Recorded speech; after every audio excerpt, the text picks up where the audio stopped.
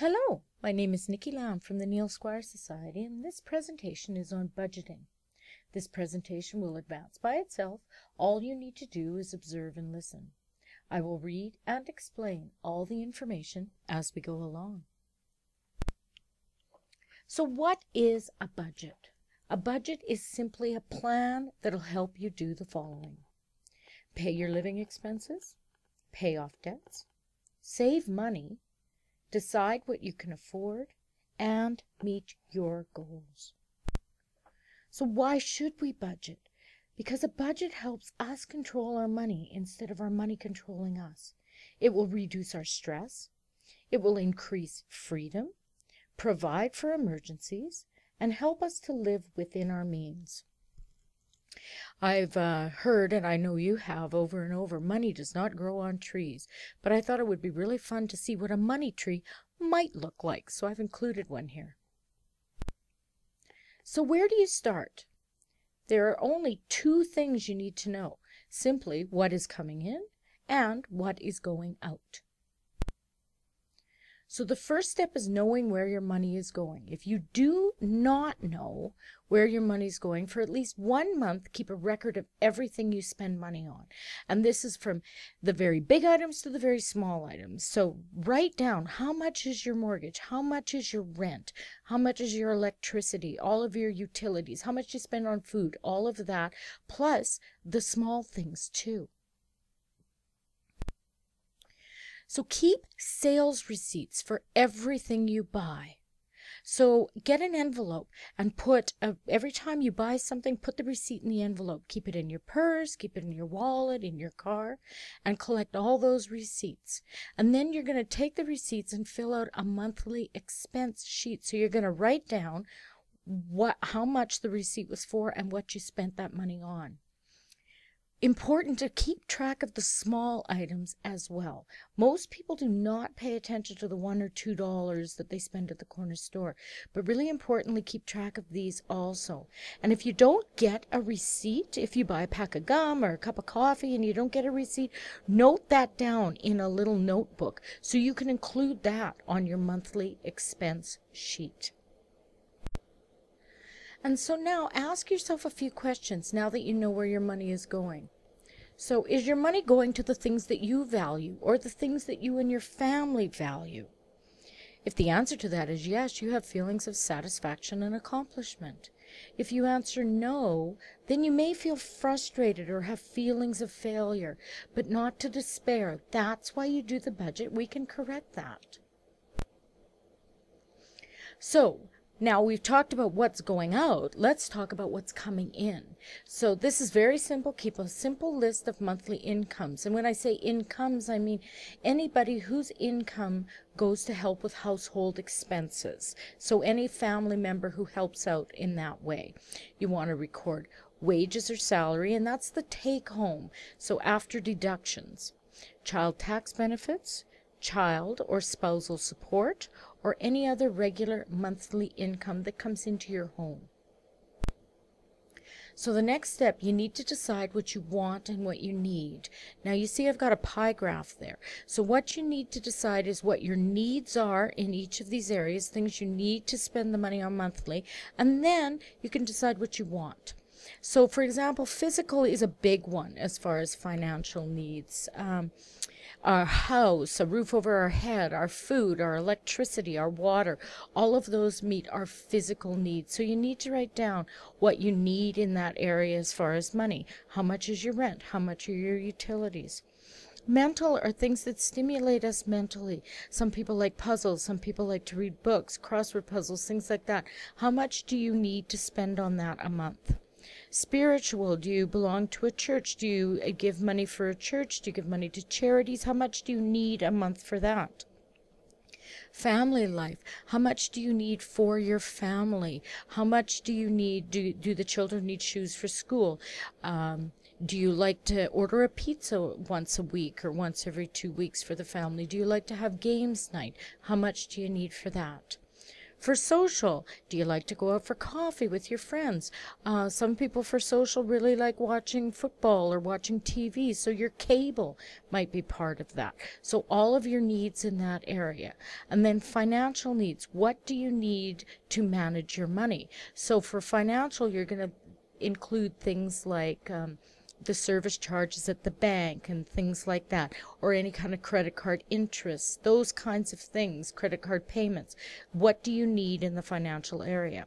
Now, once you get all your needs accounted for, then you can start figuring into what you want, and you can create a wish list for both short-term and long-term goals. The wish list, especially for a long-term goal, will help you keep focused on the light at the end of the tunnel, and you'll recall, why are you doing this? Why are you managing your money this way? And then you're going to want to include a little bit of mad money. Mad money rewards do not have to break the budget. They don't have to be huge expenditures. You want a little bit of mad money that's just for you and just for fun, that you can have to do something that you want without having to worry.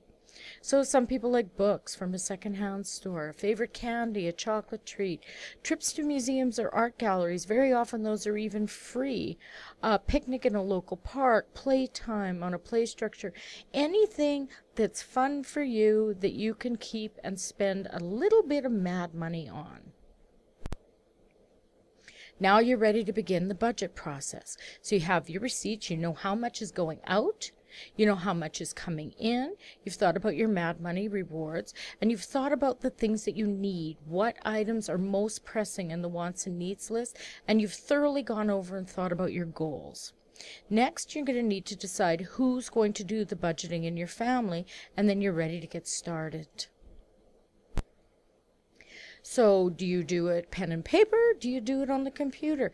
It's completely up to you, whatever you prefer. Both are equally acceptable. Budget worksheets can have a lot of different looks, and this is true for either paper or electronic. Find or create a worksheet that meets your needs.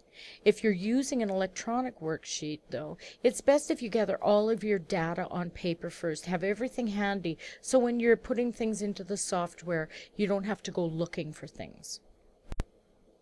So this is just an example of a paper copy. You will have an expense category, usually put that down the left side, and then across the top how much money you need and for what time period you're going to need that. So for the purpose of this paper, the expenses are mortgage, rent, condo fee, taxes, those sorts of things. Put what applies to you. So if you're paying a mortgage, if you need your utilities, your power, your energy, your phone, your water, taxes, insurance, anything that is one of your expenses along the left side, and then how much money you're going to need for that. And this is an example of an electronic budgeting sheet. This is an Excel spreadsheet. And it's pretty much the same idea. You just enter the data using your computer. So if you look under income there on the left-hand side, and wages is the top line. And then the first column is January. So where January and wages meet, that square, you're going to click on that square and put in the figure for wages that will come into your home in January. And you're going to do that for the whole column right down into, you'll see, expenses. So all of your expenses will be listed there. Now, you can enter your expenses, you can create your own spreadsheet. What is interesting and kind of cool about doing it on the computer is that you see the total income line or the home totals under expenses. The computer will actually do those totals for you without you having to do it with a calculator. But use whatever budgeting template, whether paper or electronic, is best for you. So you're going to start putting all of the input in your monthly worksheets, whether it's the electronic or the paper. Make sure to include everything, all the incomes and expenses. You're using all those gathered receipts. You can get a real picture of how much of your money is going to each expense item. And then from that, you can get an idea of where you can improve. Now you can see what's happening with your money. You have all the data in the worksheets, and you can see what's coming in, where it's going, and what you have. Now, sometimes you have more month than money. So you need more money to meet your expenses. So the question then becomes, can you change those spending habits?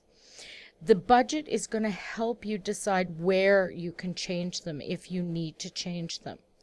So you're going to be able to see where exactly the money is going when you look at those expenses and the slips of paper that you gathered when you were tracking your spending. Try to identify spending habits that might help you stick to your budget and those areas that are making it hard to maintain your budget.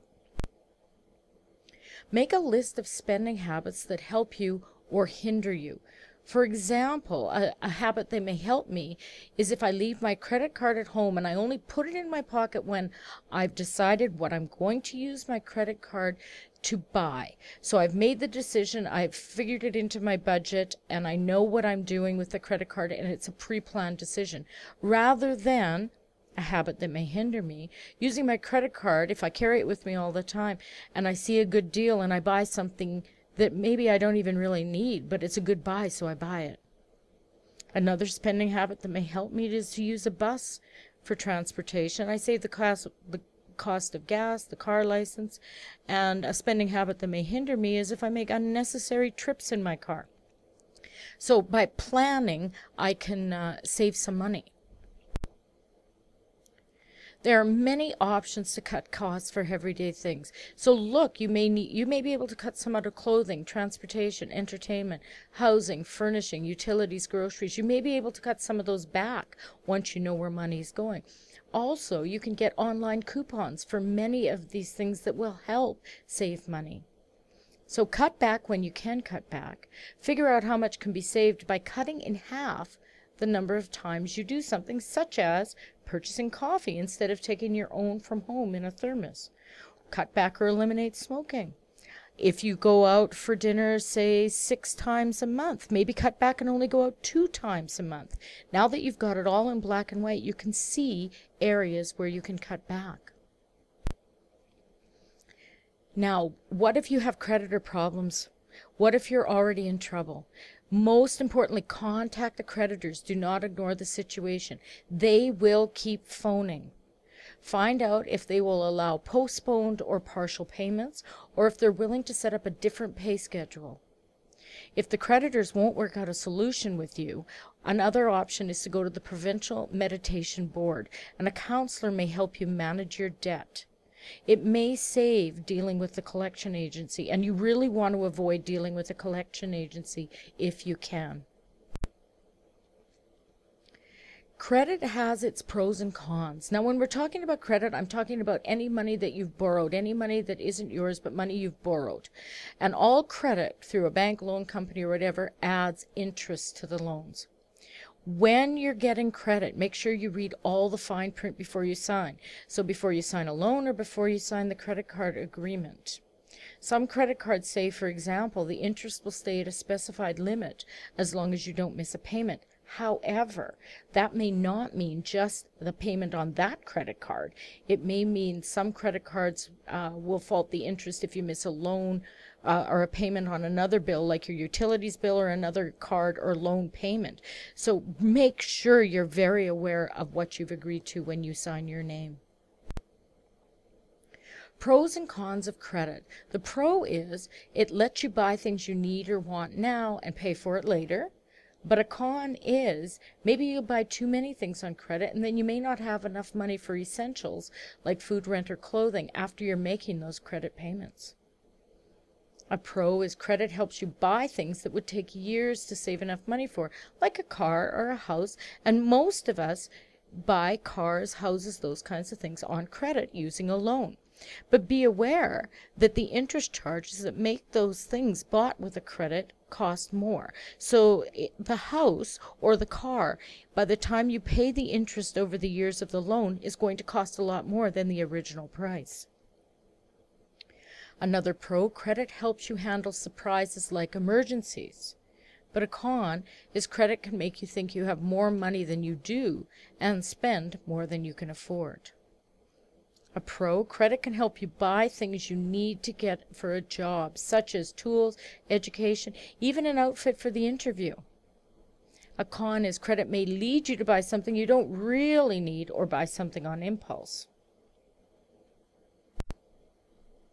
How do you know when you're in trouble with a credit card? If you're making only minimum payments, if you're using the credit card when you run out of cash at the month, if the money coming in doesn't meet the expenses and you're using that credit card to cover the difference, or if you're paying living expenses, or if you're into your overdraft each month, that's when you have a problem. So what can you do when you have a problem? One strategy of reducing credit card debt is called the debt reduction pyramid. There are 4 steps to this method.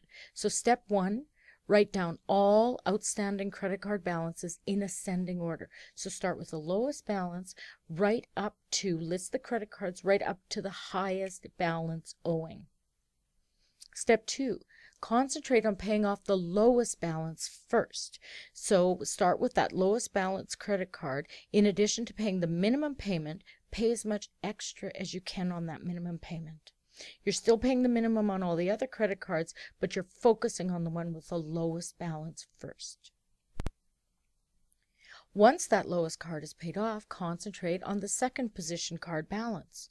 Add that minimum monthly payment from the first card to the minimum for the second card and any extra money you have, and start really focusing on paying off the second lowest balanced card.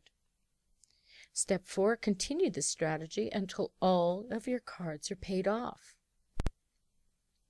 While you're doing this, stop using the credit cards. Lock them up or cut them up, and then once they're paid off, make sure that you are not using those credit cards and you don't run into that situation again. And your quote for this session: empty pockets never held anyone back. Only empty heads and empty hearts can do that. You may be broke, we may feel broke, but that's not going to hold us back. This concludes our presentation on budgeting. If you have any questions on this presentation, please do not hesitate to contact your assigned facilitator.